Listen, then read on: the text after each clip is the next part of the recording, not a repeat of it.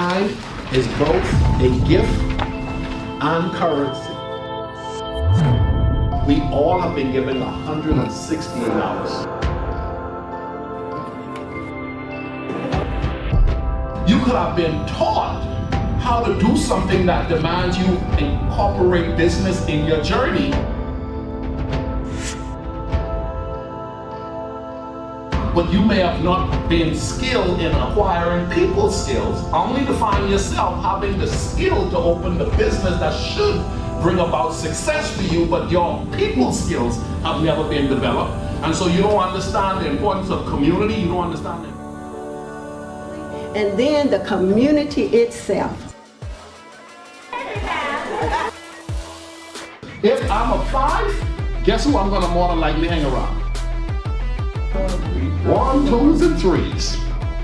I enjoyed the seminar today. It was very informative. It will help me improve my life as I move forward in my next phase of life. And there's an encouragement and a level of accountability. I really enjoyed the class today.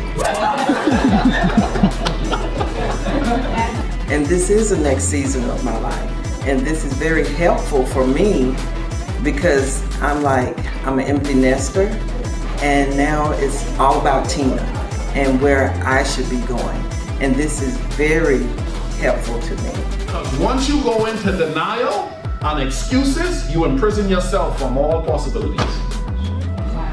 Anybody have ever met somebody when they open their mouth, you say, well, I can't help you. The more you understand your vision in life, meaning this is what I'm trying to do in the next year, it determines what time you go to bed. It determines what time you get up. It determines what book you read. When life purpose is not discovered, life then is not appreciated at its best. Why? You disregard a lot of things. For a person who don't know their purpose, they don't have meaning. Coach Ricardo delivered information that was educational, that's beneficial, and his content is always good.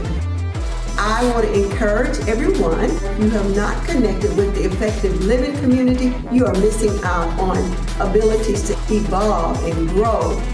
You becoming better each and every day. As long as you're holding on to blame and denial, you'll never live life effectively.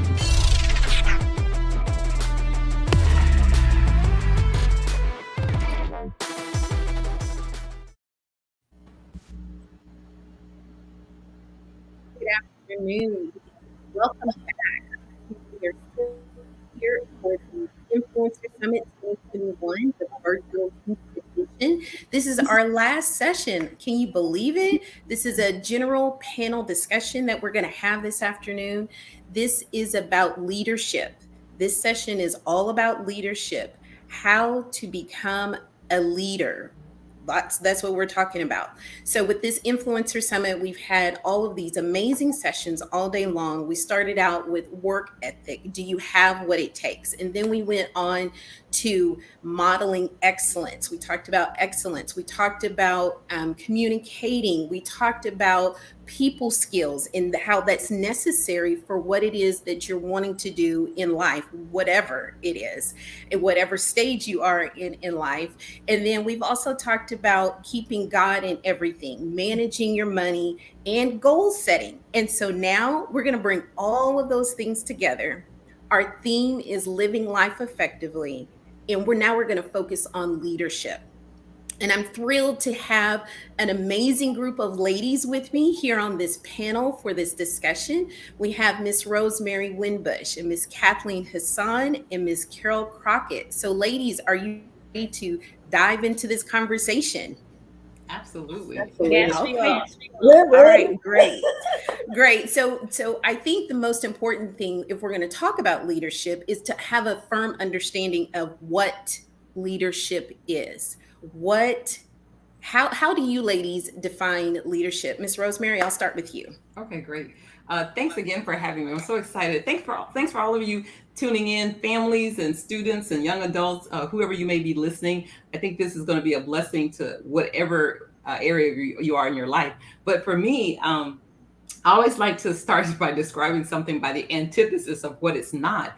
So I always tell people that leadership is not dominating over someone else. but it's about helping with a concept or leading with a concept or helping other individuals and their ideas, their creativity to flourish in what they do.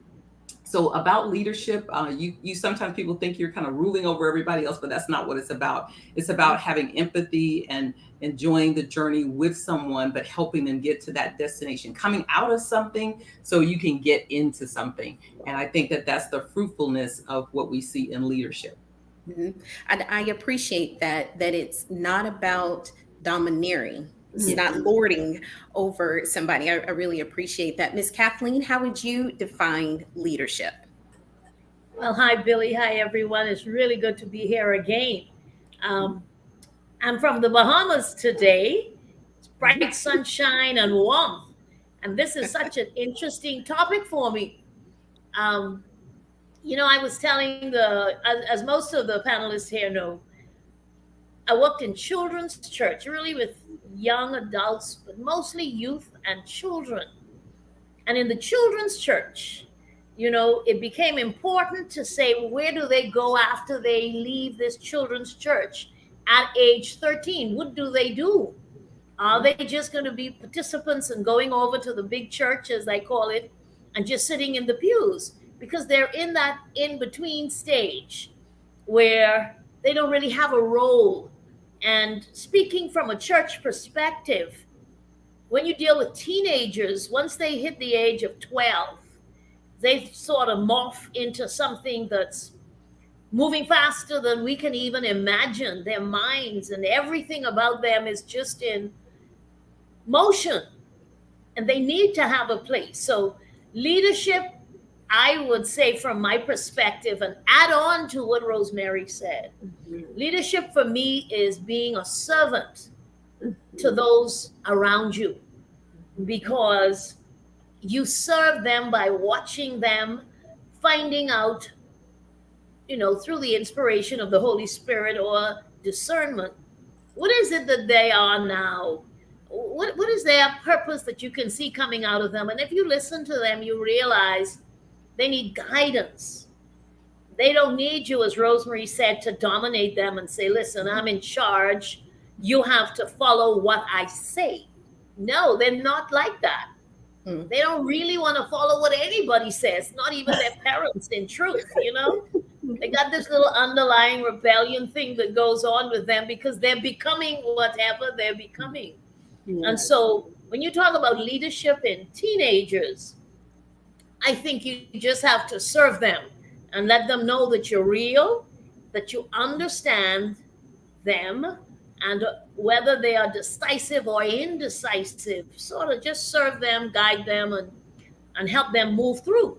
And that is a role, I think, of a leader, where you show those that they really have the answer and you just holding their hands,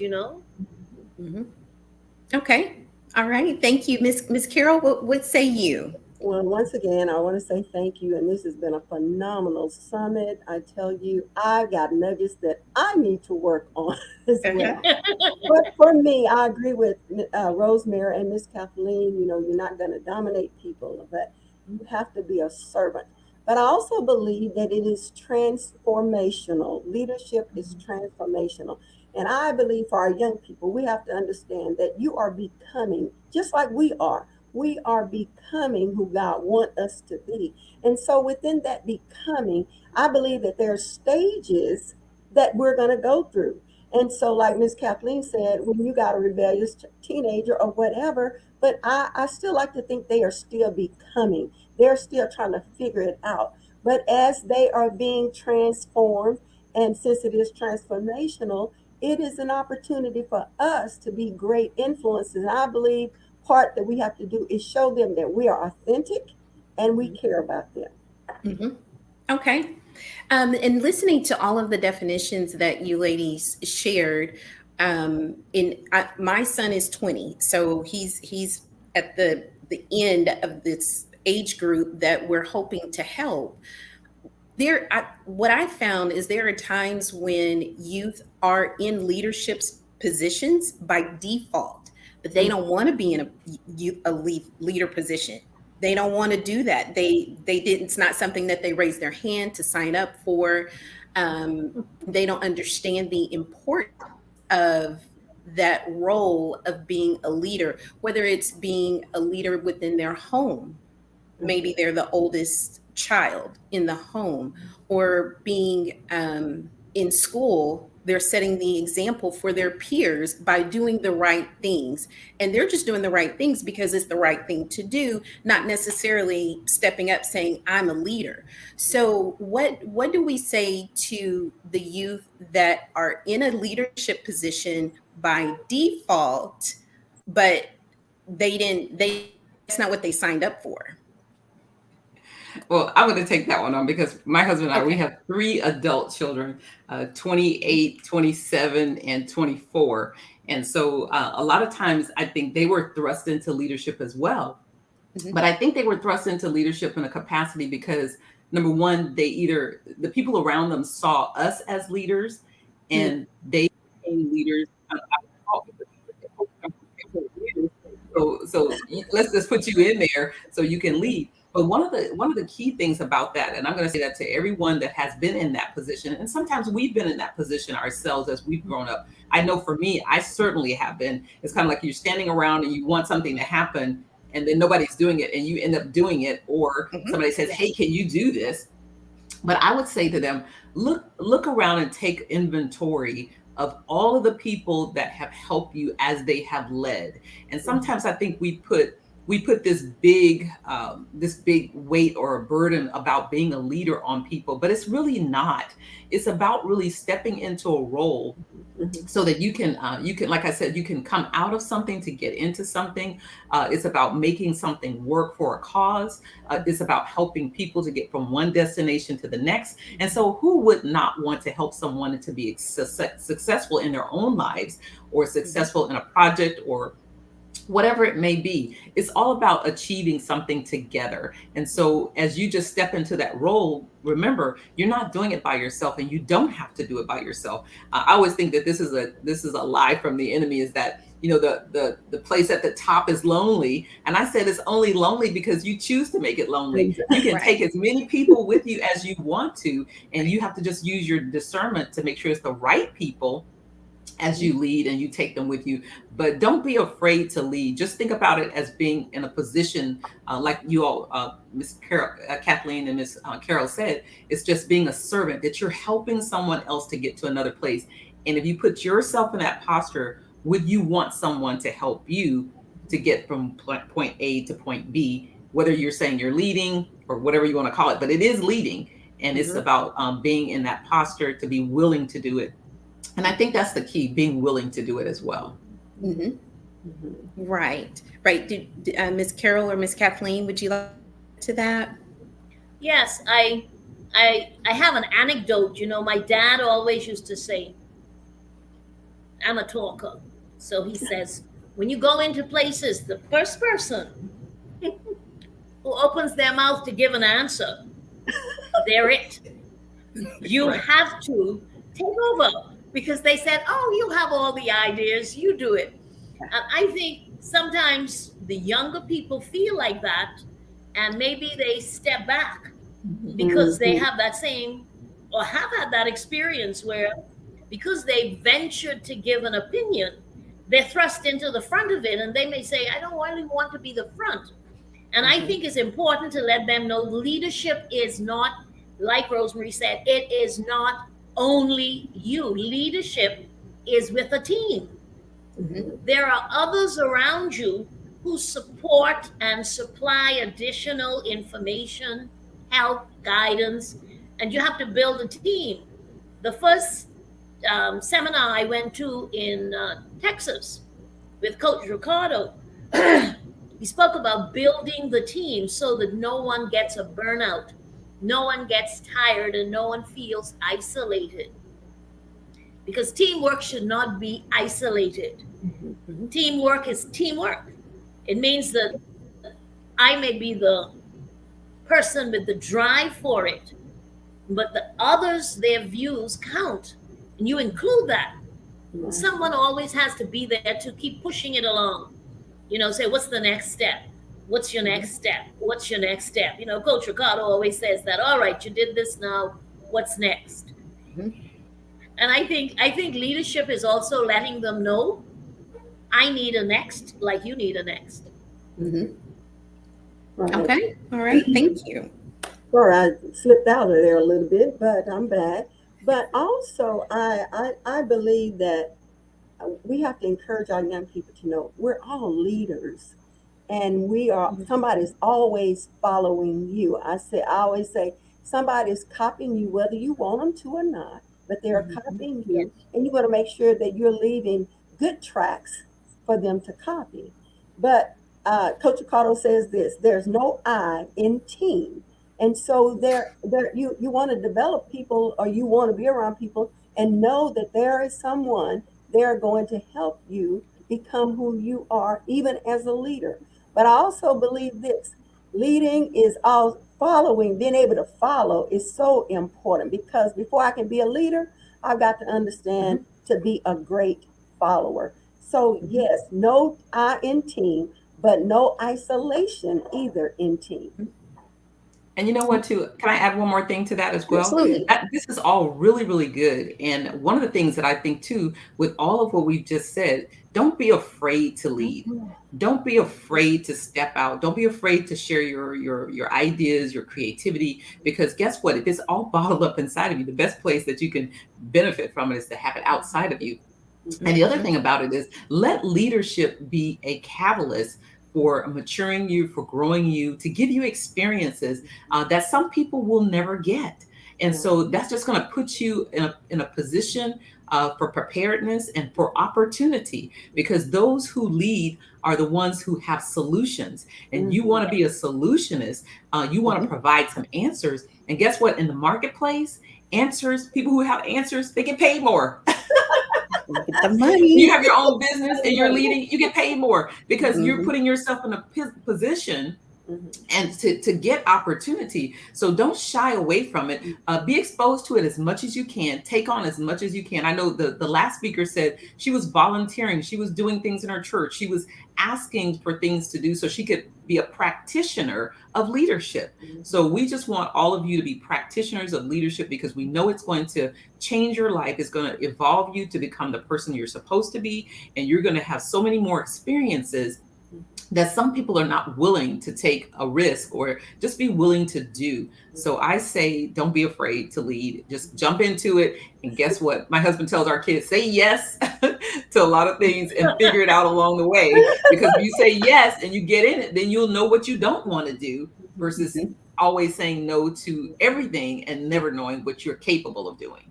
Rosemary, I always say yes, even if you're afraid. Yes. Because you know that fear is just maybe that little step but somebody will be there to assist you. Somebody will be there to, you're that leadership is in you. That's value for someone else to glean from. And so you bring value, and also people bring value to you. And so I like to think too, to be able to encourage that person who's decided to walk along with you and be with you and encourage you. Yes. Correct.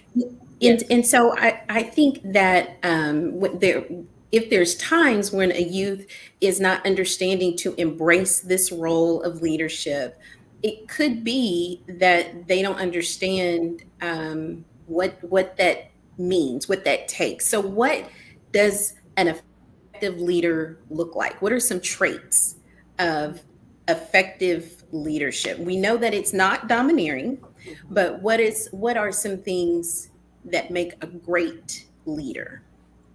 I'm going to say this. You know what? As far as going back to not being afraid, everybody started somewhere. So what do we say? In order for you to start, you have to begin.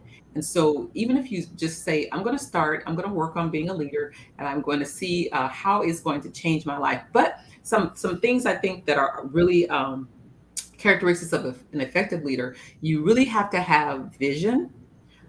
Vision is going to take you to a place where you have understanding about the cause of why you're wanting to lead or what you are leading. It's your why behind leading. And it also means that you have to have a heart to lead. That means that you're going to be concerned about the people that are following you. The best leaders really care about the people that they are leading to a destination. Great kings care about the community of people, their subjects. They make sure that they are not overtaxed and that they have food and that their kingdom is run well. And again, we're saying that you're not lord over anybody, you're not king over anyone, but we're just talking about people who are in leadership positions. And who would not want to work for a person who's a great leader who cares about them? So you have to have vision, you have to have heart, and you have to have great character to influence well. We all have some sort of influence, but it's about how are we using the influence that we have? Are we using it in a positive way to glorify God? Or are we using it in a way to just get what we want? Are we deceiving people to just take advantage and get gain for ourselves? So think about those things, about how you want someone to lead you and what kind of character is being put upon you if somebody was leading you. Even when we think about our parental roles, how do we lead as parents?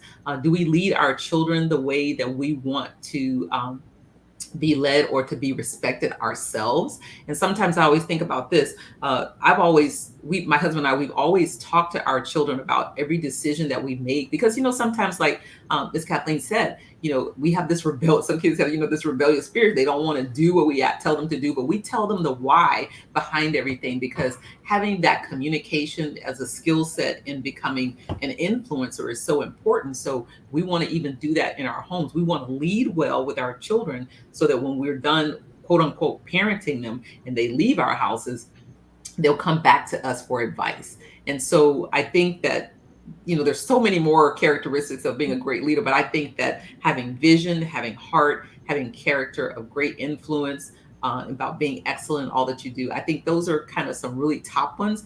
But just always put yourself in that seat of whoever is leading you, how would you want them to lead you? And then you can model that leadership as well. And we have to do it even as parents, even in the community, even in schools and wherever we are, wherever there are students and wherever there are young adults in the marketplace. We want to make sure that we are modeling leadership well so that others can take it on and become even the greater than what we were. Mm-hmm. Yes. And to go on from what the list that Rosemary did, and like she said, it's not exhaustive, but I like to think that a leader needs to have passion for what it is they're doing, because I can be a leader with no passion whatsoever simply because I'm in the spot, I'm in the seat, and I can just move along technically and do what appears to be a successful steps. But if you have a passion added to that, Rosemary used the word vision. But I think if you have a passion with your vision, it really brings that whole thing alive. Your leadership role becomes a living, breathing thing. And the persons don't just see it as a role, they see the whole encompassing picture of what this vision is come to life. And they see their role in it because you make it such because of your passion. No section is insignificant. Each section is as important as the other section. It's as important as the leaders. Like my dad said, listen, if you're going to be the janitress in the building, be the best janitress you could possibly be. Mm-hmm. Because guess what? They need that place cleaned. They need everything spick and span. That job is fundamental to the success of the office. And so we like to label things in heights and therefore put some kind of priority on top of it. But it's not necessarily that way. Every single role is significant to the success of the project or whatever it is that you're doing. And then the other thing is, and I read, in Deuteronomy, it says about leaders, people get appointed, princes, kings, they're appointed. We saw in the biblical times, David and all of those, people were sent by God to say, you've been chosen to be king. Age didn't matter. Knowledge didn't matter. Title didn't matter. You were chosen. You were chosen the leader for whatever time it is. David was chosen for a leader for down into the future. And so it says, even though you're chosen and appointed, you have to be careful. Rosemary talked about character. I'm going to use the word integrity and moral standing. It said, don't take bribes. Because if you take bribes, it causes your wisdom, your leadership ability becomes not just strained, but tainted. And your wisdom is just gone out of the window. And your justice is seen as injustice. So you can't get that back. And so critical to leadership, excuse me, is your integrity. You have to be honest. Followers know when you're not honest. Anyone watching you will know that you're not honest. And so, all of these things are really, really vital to effective leadership and influential, excuse me, leadership. I think everyone really is an influencer at some stage. Yes. You can see it from the babies coming up. Excuse me. And they all have a sphere of influence. They do. Every little child has a sphere of influence. They've got their little group. We call them cliches in church or whatever. Everybody's got their group. That's a sphere of influence. Even the babies know how to influence us parents, don't they, Miss Cathleen? Yes, they do. They have their thing together. Listen, they're very successful too. That cry is an influencer. Yeah, like you said, the list is we can't even exhaust the list. But I believe too that to be effective, you got to sometimes look at people over some procedures that's caring about people. And like Miss Cathleen said, you got to have passion. And I put down passion has to be over you being so powerful and wanting to lord on somebody.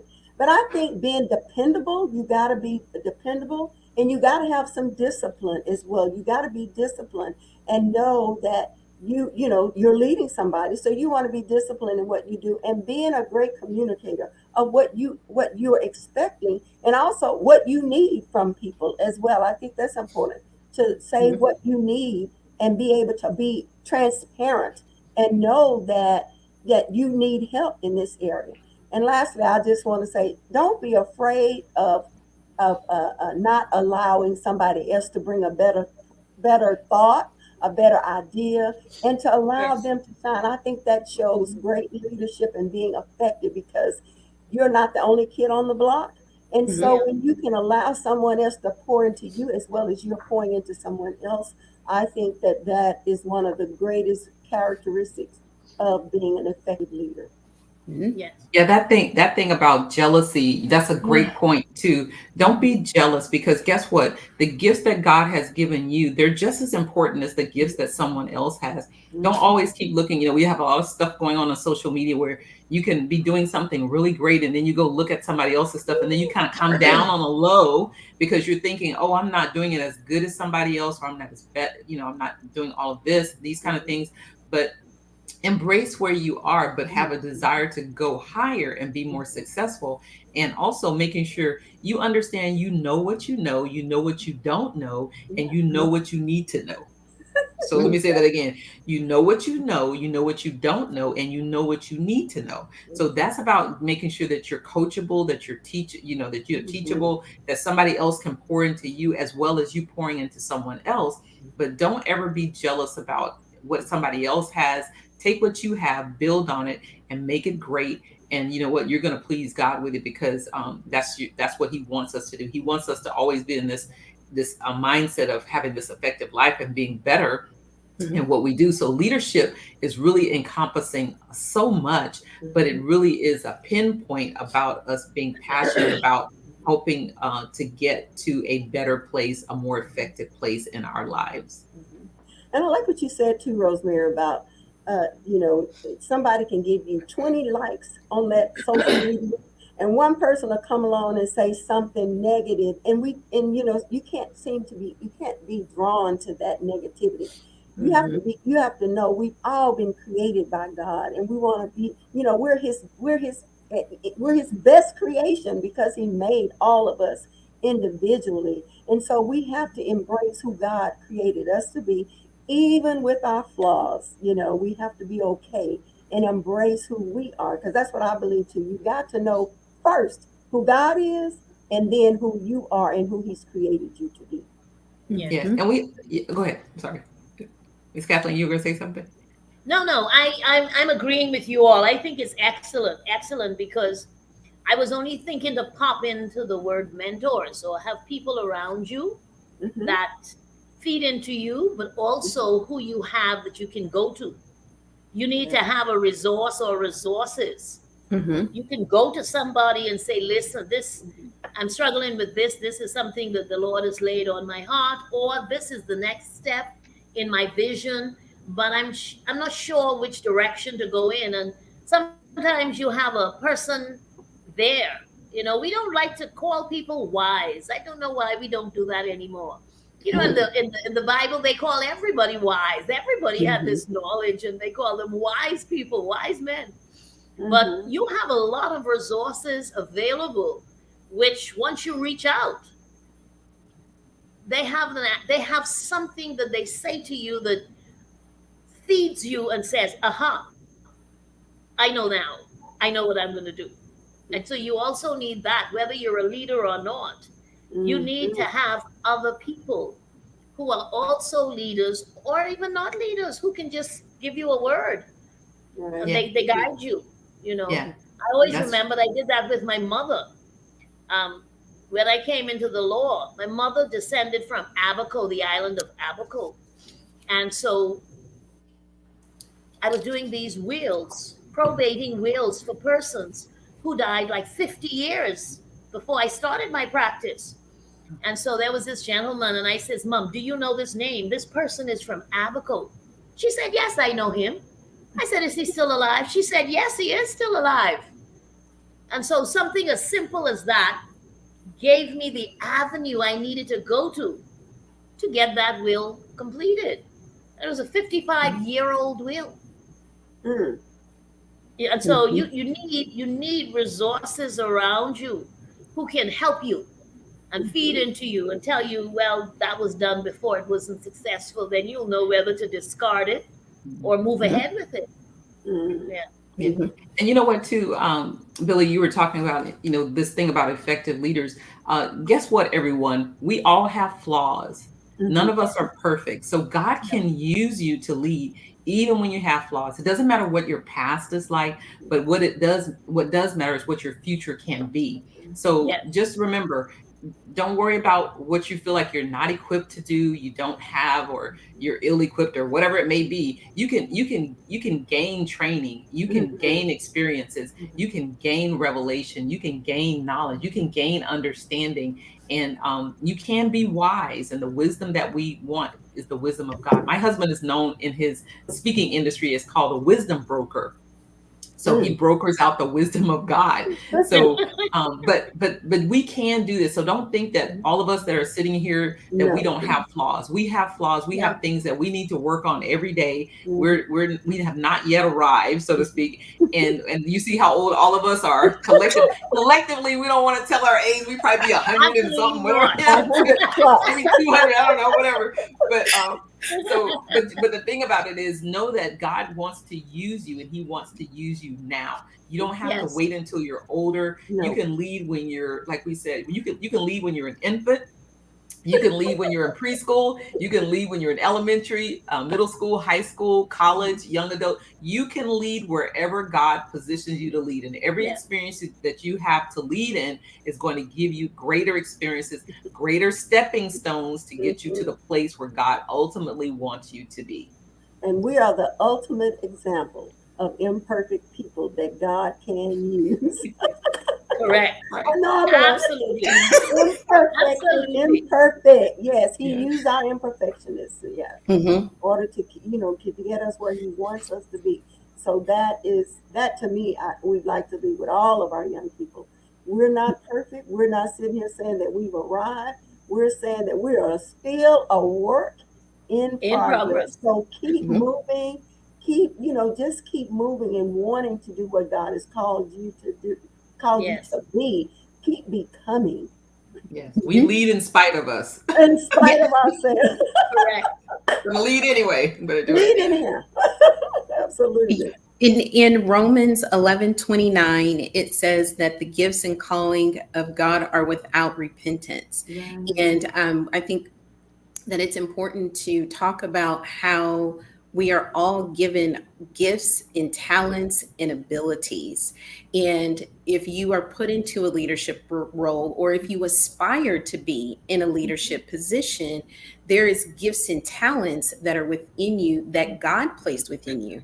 So, ladies, let's talk a little bit of exposure as far as developing your gifts. How does one go about building their leadership skills? Because nobody, even though we talk about the babies and the influence they have as little ones, but nobody arrives. You don't wake up one day and you have arrived and you're now this strong, effective leader. That's not what happens. So I think exposure, and we've mentioned the one word that I think is important, mentorship. We've talked about that a little bit, but let's talk a little bit deeper. Let's go deeper into that. How does one develop and build up their leadership skills? Because it is a skill. Yeah. If I may, Rosemary, I will talk about. I always believe that in the doing, you get. If you start as an assistant, a sub-assistant, whatever level you are, once you get in there and you do it, you'd be surprised to know how God opens up in you the talent that he gave you, the gifts that he gave you. Some people say, I can't sing. But once they join that choir, after a while, you find that those tones come together and they make beautiful music. I think it's in the doing that you start to hone your skill. And so if you're a speaker, you have to talk publicly. If you don't speak publicly, you will never know that you have a gift to speak publicly. And even reading, you have a lot of person says, oh no, I can't read scripture publicly. And I say, why not? Don't you read the Bible? They say, yes, but I have to do it one-on-one. I says, no, just stand up there and just do it. The same way you read it to yourself, you just read it to those people sitting there. They're not going to answer you back. You just read. And afterwards you say, amen. Sit down. Nobody's saying anything. I think it's in the doing.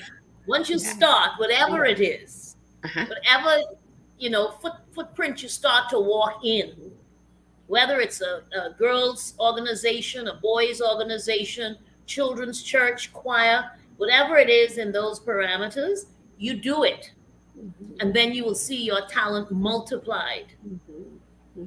Well, I too believe that too, Miss Cathleen. I always say, you got to step in the water in order to get wet. And so you step in, but we all step into things by faith. And so when you begin to step in by faith, I think that's kind of you're allowing the Lord to launch you into new ideas and new thoughts, and then also new learning. Like you say, if it's a book or watching others who's doing what you want to do, and not be afraid to even mimic some of those things till you become that leader that somebody is following you. So don't be afraid, and just knowing consistency is so important. We have to be consistent, because sometimes and I know we'll talk about this later, but sometimes you may try something and it doesn't work out. But you know what your goals are. We talked about that today. You know what your goals are. You know what you want to become. You know what you're moving toward.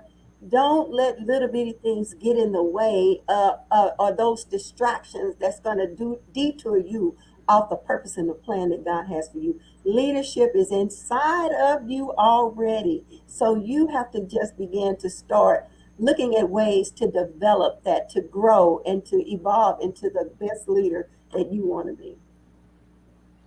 So ditto, and ditto, right? So I think too, just be willing to build your leadership skills. Be willing to do it.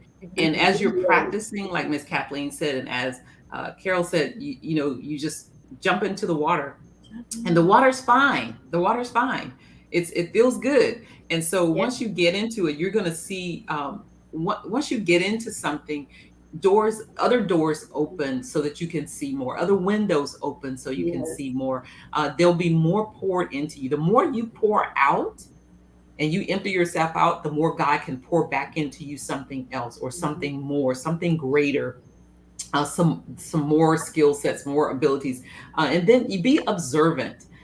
Always keep an eye open. Be a watchman. Watch to see who's leading well and watch to see who's not leading well. So you don't make those mistakes that people make. You know what? We don't have to burn our hand on the stove. We can watch somebody else burn their hand on the stove and know that it's hot and that we don't want to get burned. So we don't have to go through some things and we don't have to reinvent the wheel.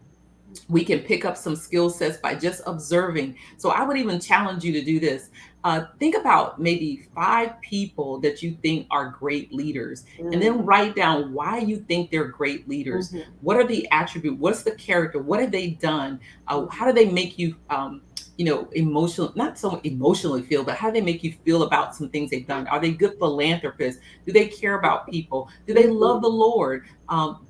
Write down those characteristics and say, what can I now see in these people that I can now emulate? And I can then begin to pick up some of those traits. We don't always, it's great to have mentors, coaches, and role models, but sometimes those people may not be in our same city. They may not be in our neighborhood. They may be people that I won't ever meet, but I can still glean something from watching someone from afar. So be observant. And like I said, be observant of the good and also be observant of the not so good. So you don't go down a path where it's unnecessary for you to go and you don't dig ditches that you have to climb out of, but try to stay in a posture of positivity and try to stay in a posture of fruitfulness in all that you do as you lead. And just to add what Rosemary just said, to continue on with that, seminars, attend educational environments with the same topics that you're interested in. You come away from there feeling refreshed, encouraged, and energized. No matter what happened before you got there. When you come out, you've got a new view of your vision. And I think attending seminars, whether now mostly via Zoom or not, in-person seminars are always very effective. But I know I like to go to a seminar, whether that's my area or even. I want to go because it gives me an idea and a possibility of another avenue that you can take your leadership role in. And so I think it's important to educate yourself. Rosemary talked about finding persons to follow and emulate, but I think also just making a decision to educate yourself on the topics. Miles Monroe is a wonderful example here in the Bahamas. I mean, every book he wrote is like so straightforward, and you feel like saying, "Well, I could do this as well." We just didn't do it. But his words are so instructive, and they say, "Wow, that is so clear and straightforward," and it really uplifts you because it says, "No, I can," because he undergirds everything with the power and the authority of God. And so it's marvelous to just build yourself as a leader. Build yourself up, right? And just to add to that too, be a good listener as well. Yes. And then, and I believe we too have to always, I think we talked about it in the community, be a LLL. I think Deborah talks about that. Be a lifelong learner. We should always be in a place of learning and listening. What did it say? God gave us 2 ears and 1 mouth. So we need to take advantage of that and be a listener. I like that, Carol. Yeah. Well, ladies, we have a question in the chat that I would like to present to you all. The question is, how do I convince people around me about a project and make them as passionate as I am about it? Okay, I'll start off on that one. Okay. I'm going to say this to you. Not everyone is going to have the passion that you have for what God has given you, but there are people that will have that passion. So the key is not to try to make someone have the passion, but find and network with the people that do have the passion. And I know you had a session on networking a little earlier. Networking is so powerful.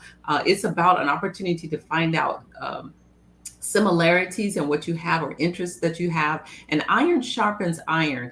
And as iron sharpens iron, your passion for what you have, you'll be able to find and connect with other people that have that passion.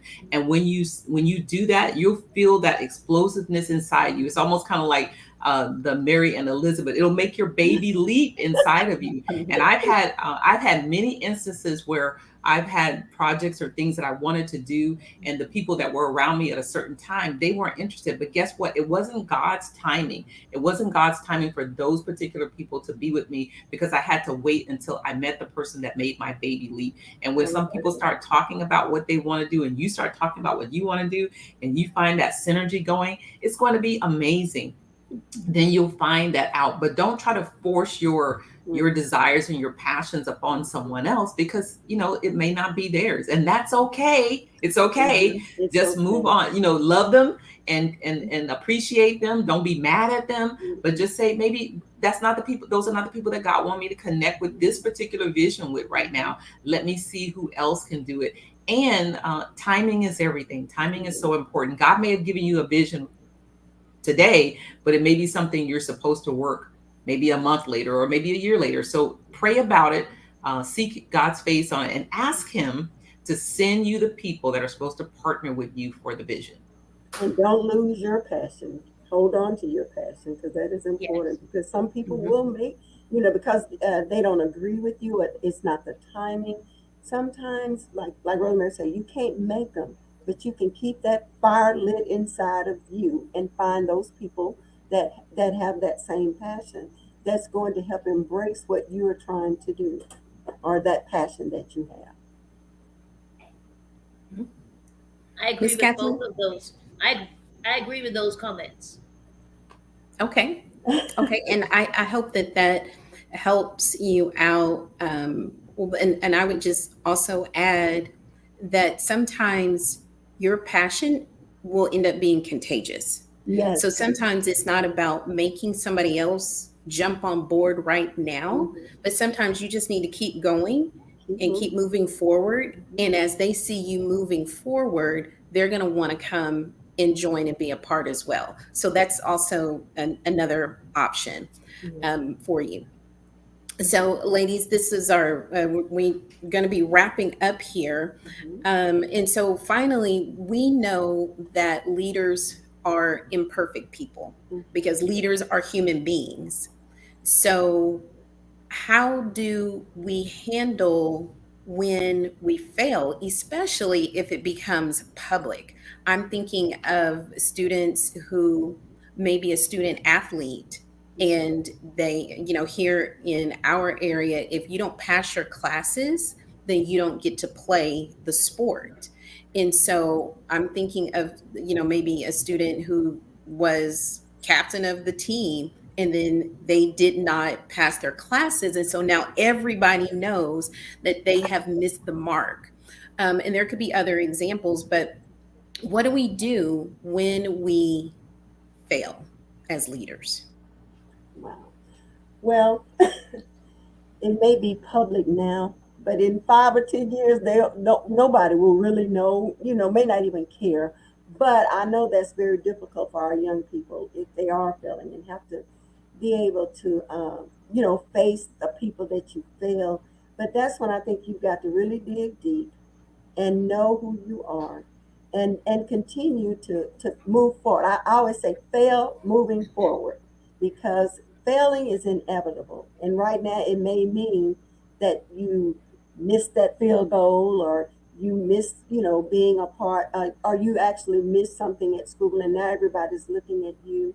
But just be confident and know that you can learn something from that failure, and so learn something from the failure. I think about like our stoplights. For the failing may be like that cautious light for you, and you can stop and relook at things, and know that this is not going to last forever, because we don't sit at the yellow lights forever, right? And then but the red light means, stopping, but you don't want to stay stopped. You want to get that green light to say, it's time to go. It's time to move forward. I can't stay in this same place. that it looks like a failure. You're not the failure. That you're not the failure. So just know that you are not the failure, and you don't have to stay in that place. Fail forward, keep moving forward, learn from that, and know that now you have to pick yourself up and get moving again, because you won't stay in this same. We're not going to stay 15, 16, and 17 forever. And so just try to hold your head up even higher in that situation. Yeah. And it's in crises. Crisis, Usually yes. in crises, in those environments, that's when you gain your strength, Exactly. because you will survive. You won't die. And so you will gain your strength. And as a leader, even though you're a young leader, as a leader going along the path, you would already have encountered some degree of failure.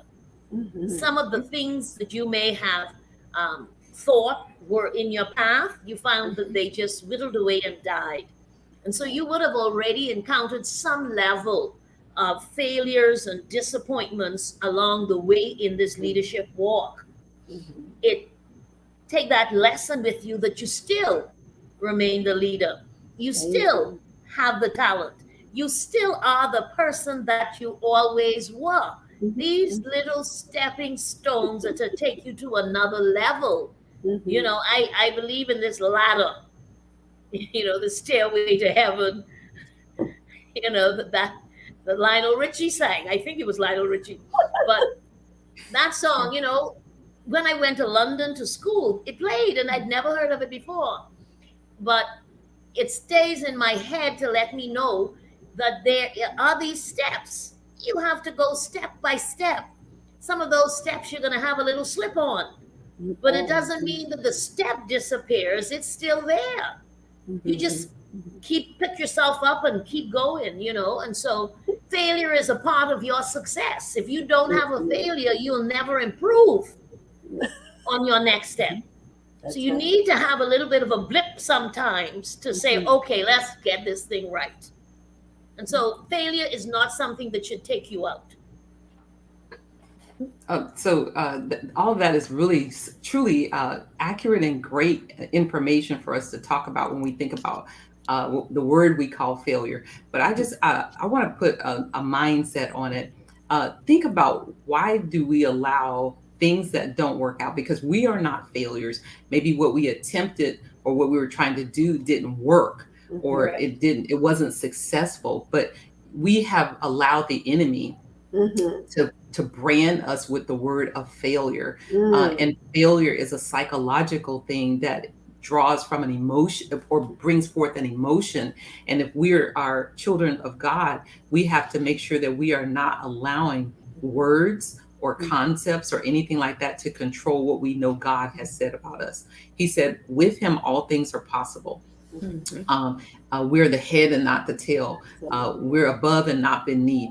We are heirs and joint heirs with Jesus Christ. So we are magnificent beings that God has created. We have huge potential. We're the apple of God's eye. God is not a loser, and those who diligently follow him are not losers either. So we have allowed the word failure to have this psychological, I guess I could say, attack on our mental psyche sometimes, that we should not allow to happen. And so for me, the word fail, I always say it means finding another idea that lives.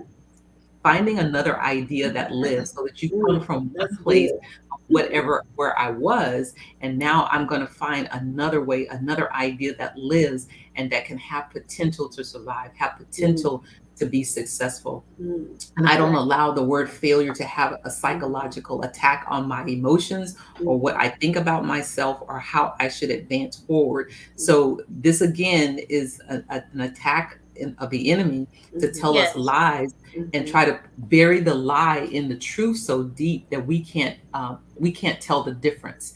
And so we as people of God, we know who we are. We know what God says we can have. We know who he says we are. So don't allow a word called failure to determine your destiny, to determine your leadership abilities and to determine anything that you desire to do, because you can achieve it, and you can believe, if you can believe it, you can achieve it, right? So Right. so think about again, failure being meaning finding another idea that lives within you, that lives around you, and that lives through you, and you'll be able to make some adjustments in your own life to lead and lead well. And so I think also when we do things and they don't pan out the way we want them to, or we felt like they should, we do learn from them, we do grow from them, and we are being transformed in a way that we can go back and say, hey, that didn't work last time. It has nothing, it might have been a decision that I made, but now I can make a better decision. Now I can make adjustments, and I can adapt, and I can overcome, and I can be resilient in all that I do. So don't let failure be a word that psychologically sabotages your ability to lead. Right. So good. Yes. Wow. Well, ladies, our time is up. Unfortunately, this has been a really, really good conversation, a very strong conversation. And it's my hope and desire that we have been able to help the students who are watching to understand that you are a leader. There are gifts and talents within you that God has placed within you, and you can be an effective leader. It's not about being perfect. It's not about domineering over somebody else. But you have this opportunity to make an impact. This is, after all, the Influencer Summit. And this is all about you. And we are training our young people to make an impact within their communities and in their countries and eventually in the world. So I want to thank Miss Cathleen, Miss Rosemary, and Miss Carol. Thank you guys for watching and for chatting along with us.